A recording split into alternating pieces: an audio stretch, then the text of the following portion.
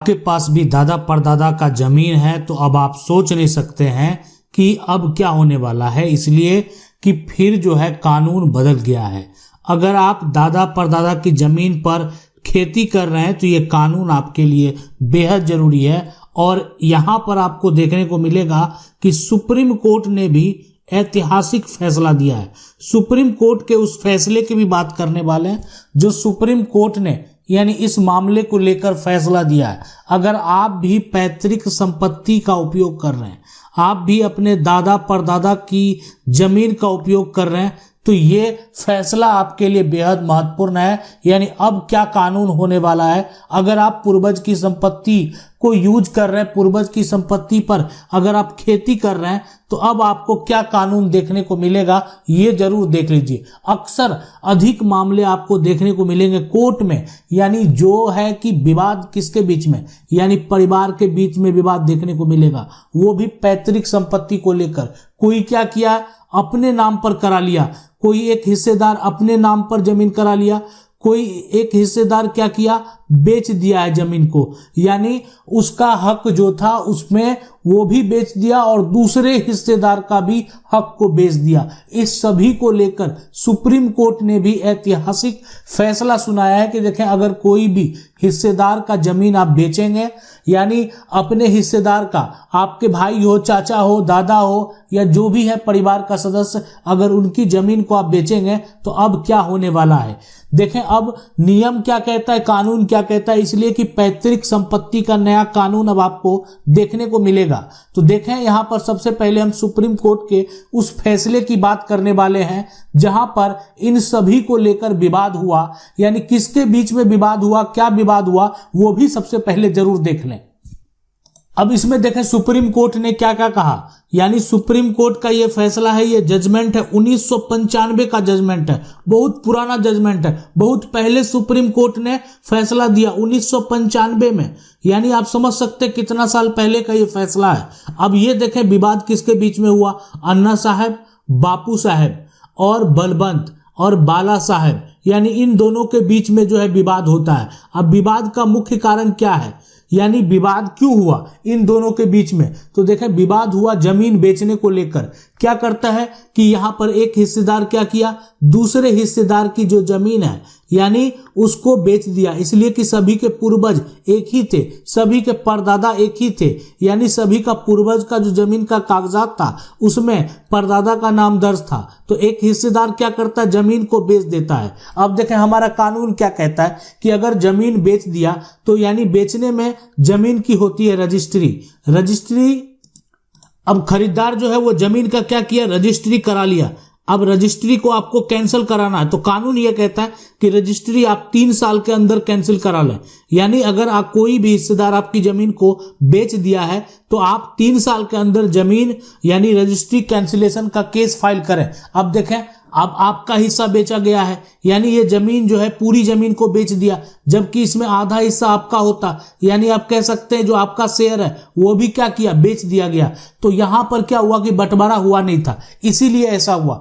तो बंटवारा नहीं हुआ था तो आप क्या कर सकते हैं कि यानी आप जो है पार्टीशन कर सकते हैं, यानी कोर्ट से पार्टीशन का मांग कर सकते हैं। और पार्टीशन के साथ साथ आपको क्या करना है, उसका कैंसिलेशन भी कराना है उस डीड का, यानी जो बेचा गया है, यानी कैंसिलेशन भी फाइल करना पड़ेगा पार्टीशन के साथ साथ। आप ये कर सकते हैं। अब लेकिन पार्टीशन के साथ अगर आप कैंसिलेशन फाइल करते हैं तो इसका समय सीमा जो है वो 12 वर्ष दिया गया।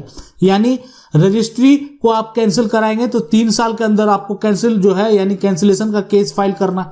अगर पार्टीशन के साथ आप कराएंगे तो 12 वर्ष आपको समय दिया गया है। अब ये है यानी इंडियन लिमिटेशन एक्ट आर्टिकल 65 के अनुसार, यानी इंडियन लिमिटेशन एक्ट जो आर्टिकल 65 है उसके अनुसार ये कहा गया है कि देखिए जमीन रजिस्ट्री को अगर आप कैंसिल कराएंगे तो 3 साल के अंदर जो है आपको केस फाइल करना है। अब है कि अगर आप जो है आपका बंटवारा नहीं हुआ है, यानी आप अपना जो है उस जमीन में जो बेचा गया उसमें हक हक भी चाहिए, आपको बंटवारा चाहिए, पार्टीशन चाहिए और सही से पार्टीशन चाहिए और आप उस डीड को यानी जो जमीन का रजिस्ट्री है उसको भी कैंसिल कराएंगे, तो आपको क्या करना, 12 साल के अंदर ये सारा कुछ कर लेना है।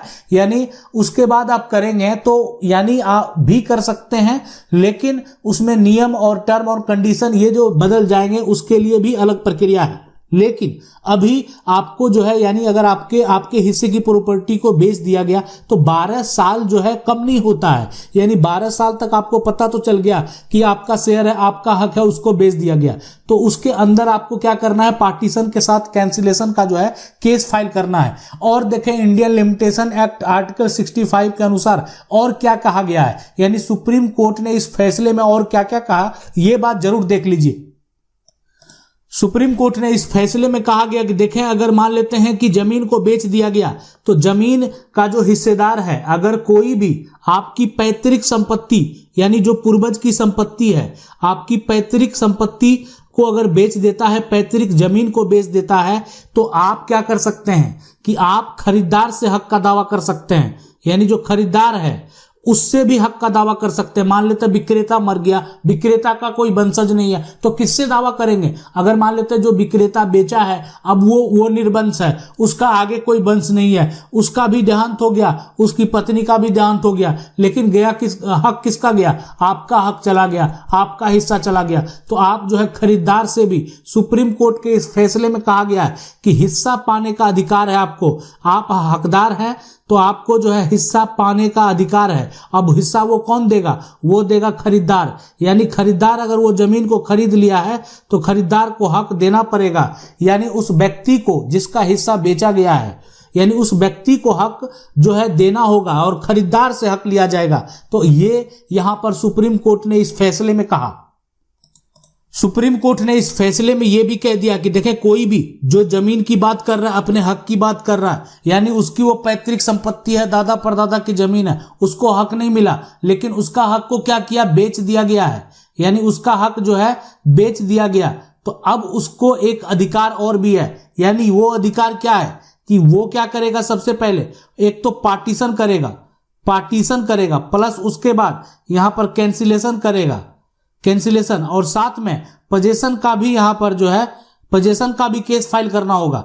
अगर नहीं करता है, पार्टीशन करता है, कैंसिलेशन करता है और पोजेशन का बात नहीं करता है, कब्जा की बात नहीं करता है, तो उस केस में जो है यानी कानून ये कहता है, यानी सेक्शन 34 और सेक्शन 34 स्पेसिफिक रिलीफ एक्ट का स्पेसिफिक यहां पर जो है रिलीफ एक्ट जो है उसमें यह कहा गया है कि आपके जो केस हैं उसको डिसमिस कर दिया जाएगा, उसको कैंसिल कर दिया जाएगा, इसलिए कि आपने जो है पार्टीशन की बात की, कैंसिलेशन की बात की, लेकिन पोजीशन का आपने बात नहीं किया। आपको तो वो पोजीशन भी चाहिए, वो जमीन में जो बेचा गया है, जो जमीन दूसरा व्यक्ति उपयोग कर रहा है, वो जमीन भी वापस चाहिए, तो आपको वहां पर पोजीशन की भी बात करनी होगी। तो इस जजमेंट से, इस फैसले से आपको ये समझ में आ गया होगा कि दादा परदादा की जमीन है, अगर आपके पास पूर्वज की जमीन है और आपको कोई हक नहीं दे रहा तो आप जो है क्या कर सकते हैं? सिर्फ पार्टीशन का दावा कर सकते हैं। अगर आपकी जमीन को बेच दिया तो आप कैंसिलेशन का दावा कर सकते हैं, और वो जो बेचा यानी खरीदार जो है वो कब्जा भी कर लिया है जमीन को, तो आपको पार्टीशन, कैंसिलेशन और पोजीशन दोनों का दावा करना है। तो आपके पूर्वज की जमीन में अगर कोई हक नहीं दे रहा है तो आप जो है सिर्फ पार्टीशन का दावा कर सकते हैं कि मुझे मेरा जमीन में हक चाहिए। अगर वो हक देने को तैयार नहीं है तो उसको कानूनी तरीके से हक देना पड़ेगा। एक हिस्सेदार का हक कोई भी नहीं ले सकता, यह हमारा कानून कहता है।